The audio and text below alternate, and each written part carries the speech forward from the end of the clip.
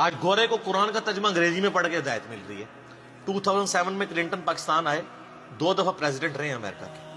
میں نے خود جیو کے اوپر ان کی یہ ویڈیو دیکھی ہوئی ہے، یوٹیوب پہ بھی آپ کو امید ہے مل جائے گی۔ اسلام از دا فاسٹسٹ گروئنگ ریلیجن ان امریکہ۔ کیوں؟ وہاں کس حافظہ اللہ، کس رحمہ اللہ، کس آیات اللہ، کس دامت برکاتم عالیہ، کس مدہ ذلہ کی دعوت پہنچی ہوئی ہے؟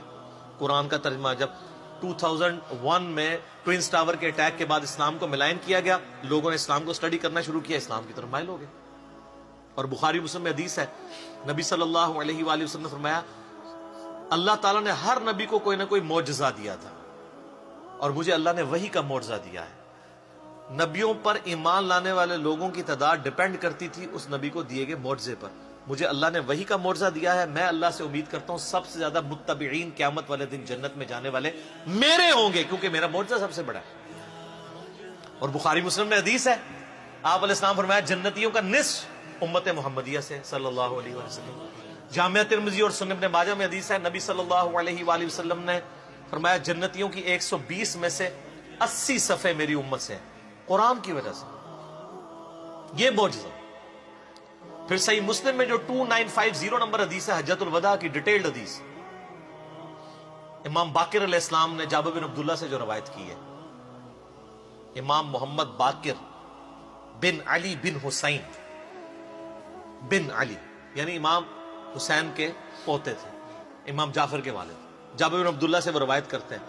اس میں الفاظ ہیں، بڑی لمبی حدیث ہے، کہ حجۃ الوداع کے موقع پر نبی علیہ السلام نے فرمایا تھا میں تم میں وہ چیز چھوڑ کے جا رہا ہوں کہ جسے مضبوطی سے پکڑ لوگے تو میرے بعد کبھی بھی گمراہ نہیں ہوگے، وہ اللہ کی کتاب ہے۔ مسلم شریف میں صرف اللہ کی کتاب کا ذکر ہے۔ ہاں ایک حسن درجے کی روایت ہے، اس کو سپورٹو، وہ المستدرک الحاکم میں،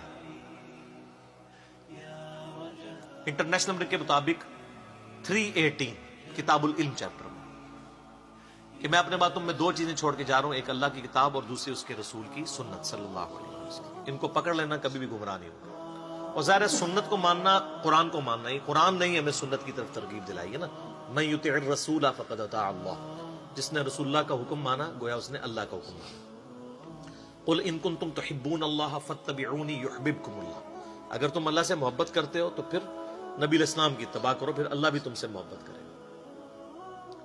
تو حجۃ الوداع پہ بھی قرآن۔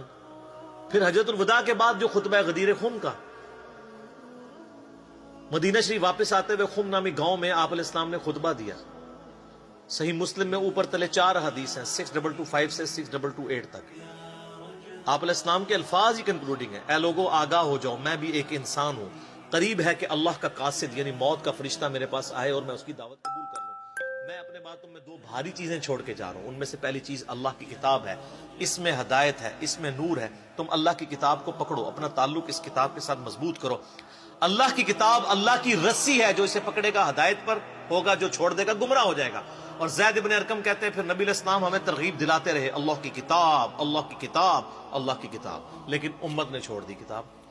اور پھر فرمایا دوسری بھاری چیز میرے اہل بیت ہے، میں اپنے اہل بیت کے معاملے میں تمہیں اللہ کا خوف دلاتا ہوں۔ 3 دفعہ یہ بات ریپیٹ کیا لیکن امت نے نہ قرآن کو پکڑا اور نہ اہل بیت کو چھوڑا، ساروں کو ذبح کر دیا، بالکل الٹ نصیحت پہ چلے۔ وہاں پہ بھی اللہ کی کتاب کو پکڑنے کا حکم تھا۔ پھر بخاری اور مسلم دونوں میں حدیث ہے، نبی اسلام کے وفات والے چیپٹر میں عبداللہ ابن ابی اوفا سے کسی نے پوچھا کہ بتائیے کہ یہ وصیت کرنا کیوں ضروری ہے، کیا اللہ کے نبی علیہ السلام نے بھی وصیت کی تھی؟ انہوں نے کہا یہ وصیت کرنا اس لیے ضروری ہے کہ قرآن میں وصیت کا ذکر آیا ہے اور اللہ کے نبی علیہ السلام نے ہمیں قرآن پر چلتے رہنے کی وصیت کی تھی، یعنی وصی رسول کون ہے؟ کتاب اللہ۔ پھر صحیح مسلم میں حدیث ہے 1897، سیدنا عمر کہتے ہیں کہ میں نے نبی علیہ السلام سے خود سنا تھا کہ اللہ تعالیٰ اس کتاب کی وجہ سے لوگوں کو عروج دے گا اور اس کتاب کی وجہ سے ذلیل کرے گا۔ تو ڈاکٹر اقبال نے جواب شکوہ میں بھی کہا نا، وہ زمانے میں معزز تھے مسلمان ہو کر اور تم خوار ہوئے تارک قرآن ہو کر، یعنی تمہاری ذلت کا سبب جو ہے وہ قرآن حکیم کو چھوڑنا ہے۔ تو قرآن حکیم پہ تو اتنی زیادہ حدیثیں ختم نہیں ہوں گی۔ صحیح مسلم میں 534 نمبر حدیث ہے، القرآن حجت لک او علیک، قرآن قیامت والے دن یا تو تیرے حق میں دلیل بنے گا یا تیرے خلاف دلیل بنے گا۔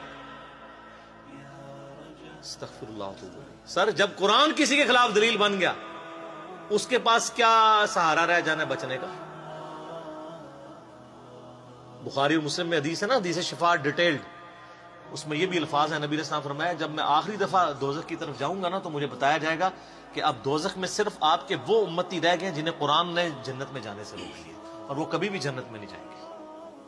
کون؟ انہ من یشرک باللہ فقد حرم اللہ علیہ الجنہ ومأواہ النار وما للظالمین من انصار۔ مشرک کو قرآن روک لے۔ ان اللہ لا یغفر ان یشرک بہ ویغفر ما دون ذلک لمن یشاء۔ بے شک اللہ شرک کو تو معاف نہیں کرے گا، اس کے علاوہ جتنے گناہ ہیں جس کے لیے چاہے گا معاف کر دے گا، وہ بھی اوپن لائسنس ہے۔ حتیٰ کہ بخاری و مسلم دونوں میں حدیث ہے، نبی علیہ السلام نے فرمایا اللہ تعالیٰ نے ہر نبی کو کوئی نہ کوئی دعا دی تھی جو اس نے دنیا میں ہی مانگ لی۔ حضرت نوح علیہ السلام نے مانگ کے اپنی قوم کے خلاف عذاب مانگ لیا۔ میں نے اپنی دعا اپنی امت کے لیے سنبھال کر رکھی ہے، میری دعا سے میرے ہر امتی کو نفع پہنچے گا سوائے اس شخص کے جس نے دنیا میں اللہ کے ساتھ کسی قسم کا شرک کیا۔ شرک is the most sensitive issue in the sight of Allah. البتہ دنیا میں توبہ کر لی پھر آخرت میں معافی ہے، بلکہ سورہ الفرقان کی آیت نمبر 70 ہے کہ جو دنیا میں شرک سے بھی توبہ کر لے گا ہم اس کے گناہوں کو بھی نیکیوں سے بدل دیں گے، لیکن دنیا میں، آخرت میں معافی ہے۔ تو قرآن یا تمہارے حق میں حجت ہے یا تمہارے خلاف۔ صحیح مسلم 534 انٹرنیشنل نمبرنگ کے مطابق۔ تو اب آپ کو وہ آیت سمجھ آئے گی جو میں نے ان احادیث سے پہلے بیان کی۔ وقال الرسول یا رب ان قوم اتخذوا هذا القرآن مہجورا۔ رسول اللہ شکایت کریں گے صلی اللہ علیہ وآلہ وسلم کہ اے اللہ میری قوم نے قرآن کو پیٹھ کے پیچھے ڈال دیا، والعیاذ باللہ تعالی۔ تو اس موقع پہ میں یہ ناروے والے واقعے کے بعد میں یہ کہتا ہوں کہ آپ لوگوں نے جو گمراہی کی آگ میں جھونکا ہوا ہے نا یہاں پہ امت کو قرآن سے دور کر کے، تو کام آپ بھی وہی کر رہے ہیں۔ انہوں نے فزیکل آگ لگائی ہوئی، آپ نے انٹلیکچوئل آگ لگائی ہوئی۔ اینڈ رزلٹ یہ ہے کہ اس آگ سے قرآن تو ختم نہیں ہوگا، لیکن جو آگ آپ نے یہاں قرآن سے دور کر کے لوگوں کو لگائی ہے، آپ کروڑوں لوگوں کو دوزخ کی آگ میں جھونکنے جا رہے ہیں، والعیاذ باللہ تعالی۔ اللہم اجرنا من النار، اللہم اجرنا من النار، اللہم اجرنا من النار، آمین۔